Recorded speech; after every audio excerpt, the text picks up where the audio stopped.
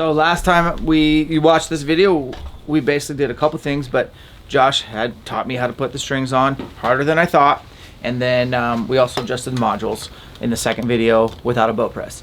So today we're in for, we don't have a lot of time, but we're gonna try to get as much done as possible. So we're gonna put a loop on it, or we're gonna set where square is based off of a T-square for where your arrow rest is gonna go. We're gonna put a loop on it, and we're gonna put your speed knocks on it.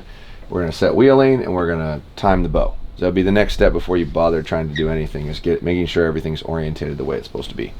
Perfect. All right, let's go.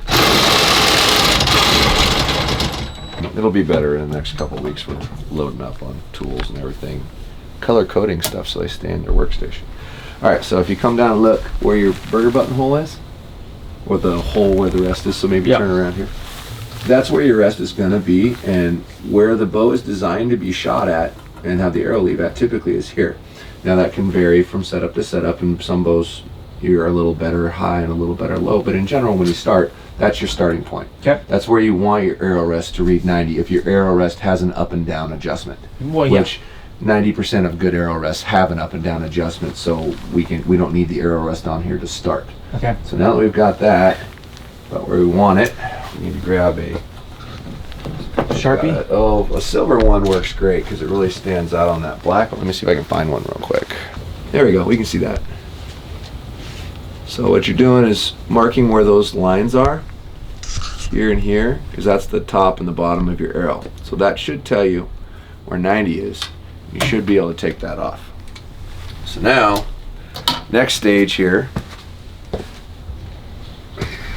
is to do some soft knots. So you know where your height is and you have a little bit of cushion in your arrow. Why? Beeswax? We'll get to that in a sec. Yeah, we need some beeswax. So we pull off a section, and I usually like to go about 1.5 feet, 2 feet, somewhere in there, and just cut it off. So we're gonna do the top one first. So make a knot here. And then when you start it right at your color on one side. Right on the outside of the color. Yeah, so we're gonna cover up that color pretty much, is what's gonna happen here, and then we'll do the bottom one as well. So we're gonna need to know what kind of arrow you're gonna shoot out of this bow, what your intent is, and I'm gonna assume it's an Axis full metal jacket. Yeah, okay, so we're gonna need one of those knocks to get our knock width correct here. So we're gonna I'm just doing overhand and underhand knots. This is, tying your shoes kind of stuff, real basic. And I'll usually go anywhere between 6 and 8 sets of above and below. So I'm tying a standard knot above and a standard knot below. And I've got about the width I'd like to see here, about yay big. So when you finish it, you tie a single knot and then another knot. So you're doing a double knot. Pull it tight, grab those scissors, leave about a 1/4 inch or so, then take your friend fire and melt it into a ball. Lick your finger and touch it. Do the same thing here. Lick your finger and touch it, just so you don't burn yourself. And that's your soft knot. And you need one more, but we need an arrow? Well, we need a knock from an arrow. We don't actually need the arrow, but I'm just gonna go grab one because it'll be faster than digging one out.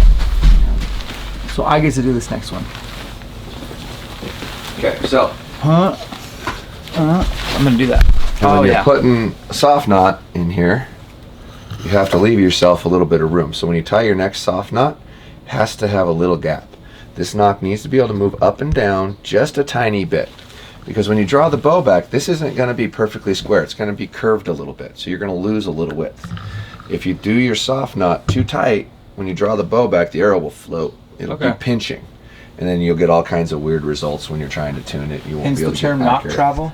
No, that wouldn't relate. Knock travels whether or not when you're drawing your bow from start to finish, that it's actually traveling a straight line. And that has to do with concentricness of cam systems. Go ahead.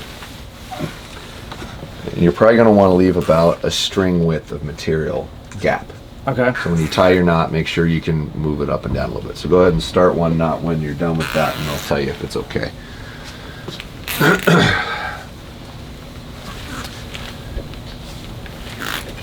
You have to excuse my voice. I was shouting like a over-exhilarated volleyball You're that parent all dad? weekend. I'm that dad. Oh yeah.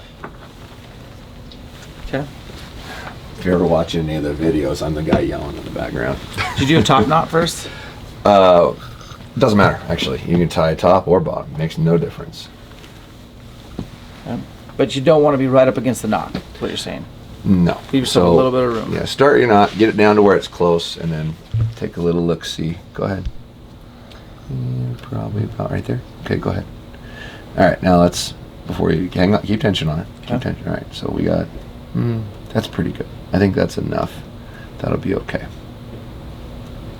That's perfect. Okay. So tie a bottom one now, and all your knots, just work your way down. Just don't work any up. Okay. Good. You're faster at this. Well, I've done it 100,000 times, so. Seriously, how many times have you done this? I don't keep track because it would probably make me sick. To be honest, there's so many times. I don't even know how many string loops I've tied in my life. Did you do with your eyes closed? Oh yes, 100%. I'll normally, like doing a hand serving or something like that, I'll carry on a conversation with somebody and look at them while I'm doing it. Once I get it started, I don't even look at it. But you do so many of them, it's just kind of a little bonkers, you know. Shout out. Like string loops, I've been tying string loops since the 90s. And how many string loops have I tied in a year? Anywhere from 400 to 1,000, depending on the year. So how many of these total? Like 10-ish? Yeah, somewhere in there. Just, you're looking for about that much width. It's not so much the number, it's how much space you're taking up.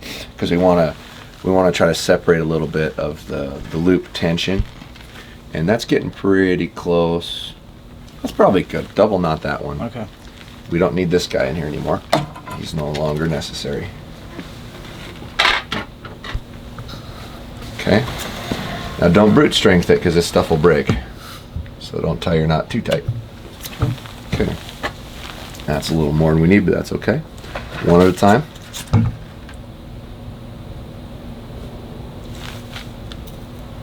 And then do the next one.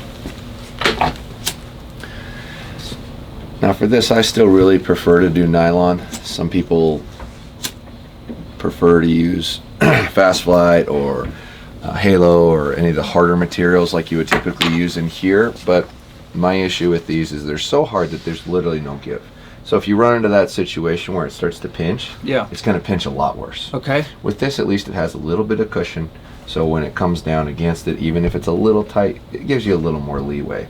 So, but those harder materials are a little more durable, will tend to last a little longer, but it's very rare that I have to replace someone's soft knot on their bow. Really? It's not like this really gets abused. Huh. The loop will. Yeah. And the beauty of doing soft knots like this is I can cut your loop off and put it back on, and I don't need a tool to measure where it goes, because those are always still there. Say you're a guy like me, you shoot quite a bit, not like tournaments and stuff, but you shoot year-round, almost every day, handful of arrows. So it adds up. Say 3,000 arrows a year. Sure. How often do you loop change? It depends on what kind of release you're using, because a lot of releases are very hard on loops. Especially if there's a burr in them or if there's something. a burr or a rough edge or a sharp angle, it'll wear faster. And as soon as you, like if you have a fluorescent orange loop and you're shooting, you start to see the cord underneath it that's a different color. You need to stop. Okay. And cut it off and replace it. Okay. I've had setups that I never could wear my loop out. That's cool. Because my release was really smooth. What release is the hardest on D-loops? Handheld releases are typically quite a bit harder on D-loops than calipers, but it's an individual's one. I've had releases that are the same exact release, and one of them wears a loop and one of them doesn't. There's a sharp spot on it somewhere causing that. So anyway, we need to do a loop, which we've done a video on before, so we should be able to refer to that. You want this orange stuff or a black one? Let's go orange. That's good. Orange on orange. I'm going to cut this guy just a little longer, because when we do a double soft knot like that, it needs to be a little bigger. So how long did you cut it? Like anywhere between 4 1/4 and 4 1/2 is normally where I do them. Okay. And the way I do them, that tends to be how they end up. If you don't have a soft knot like that, like dual soft knots, I'll usually be around 4 1/4. If you are soft knotting, it's usually around 4 1/2. So I just try to flare that out as much as I can, and I try not to put the fire like right on it. I just get around it and let it shrink up into a ball. There you go. And I'll dunk it in some cold water so I can work with it and it won't change or flatten out. Do the same thing on this end. flare it out as much as it'll let you. That's about as far as it'll go before it just stops flaring. And this is what makes the ball or the end of the loop material that won't pull back through your string loop. Okay. Dunk it in some water. Perfect. All right. Once again, our beeswax. I know we start on this side, the top. Yeah. Well, you can start on either side as long as you're tying them on opposite directions. I think it's easier to start on that end. I'm gonna do whatever you do. Okay. Do you want me to tie it or do you want to do it? I gotta do it. All right, tie it. I don't remember how. Okay. All right, so you hold this one. Yep. You go around this guy. Like that. Like that. Okay. Okay, so Okay. you want to try it? Yep.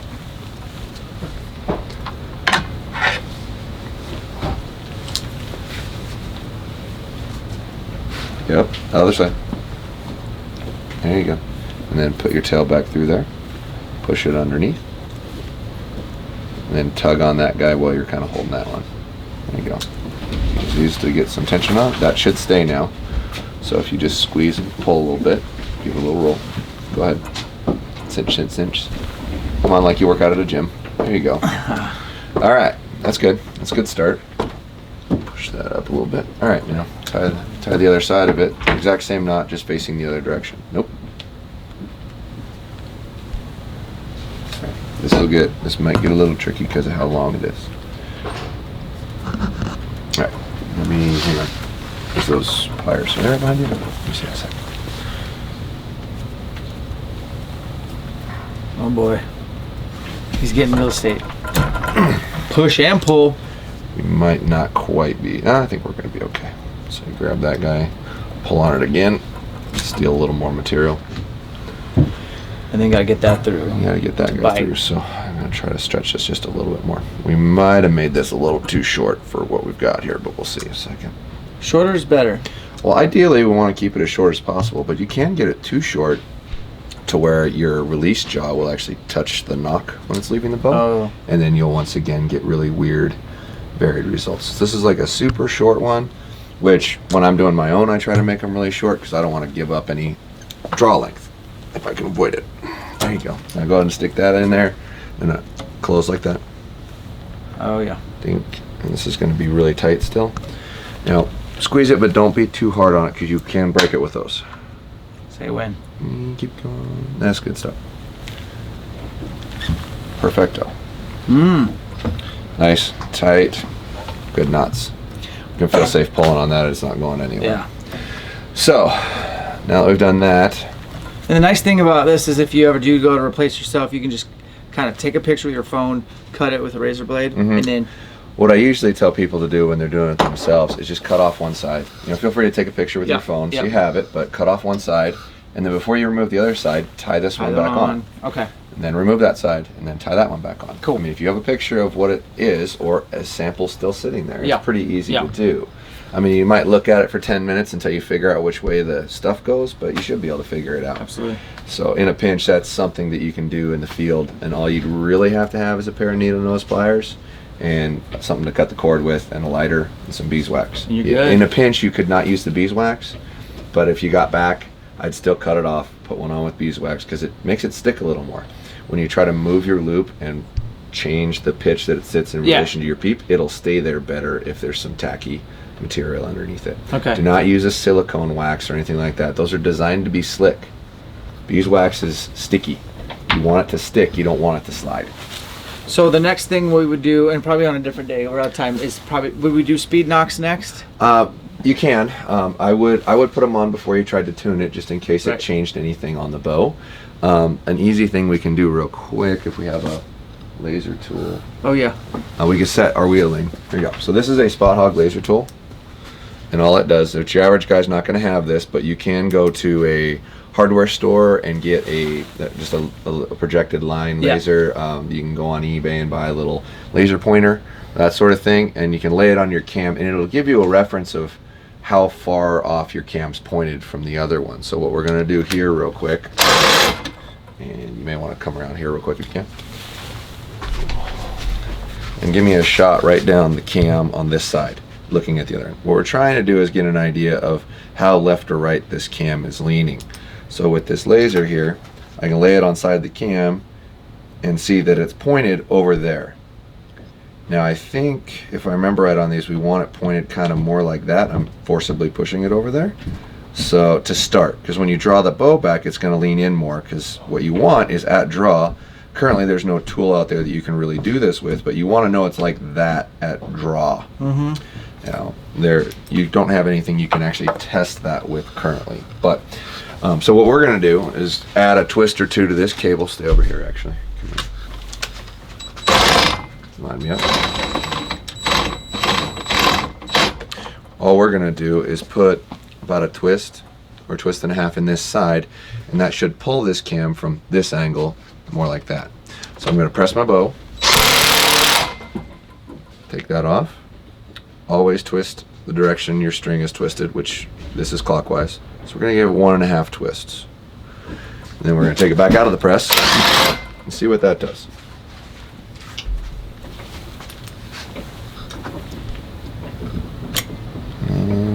Probably a little too much. I'm going to take out a half because it's a little inside, but it's a good starting point. Yeah, it does a lot, and it's a really good starting point when you're trying to tune your bow of getting your left to right correct, because that wheel lean adjustment there will change your left to right when you're tuning it through paper or shaft tuning. So he just went one. Take a half out. Half out should put us right where we need to be for a good starting point. Now, once you start going to tune your bow, don't be afraid to move that a little bit to change your tune for the better. Let's see here. Should have gone one more. Not quite enough. So just one. So really, just a half twist was all we needed. Probably about a half twist. Which is pretty common on bows that have these wider limbs. Normally, they sit pretty good right out of the gate, and you don't need much adjustment. One more half out. That's crazy. Yeah. Yeah, well, there's some bows out there that actually have a built-in adjustment to them, which is really convenient and easy. And yeah, I'm good at starting there. That's a good place to start with. So next, we'll put the knock points on it, put a rest on it, and start running it through paper after we check our timing. Can't wait. Oh, we'll catch you guys on the next one.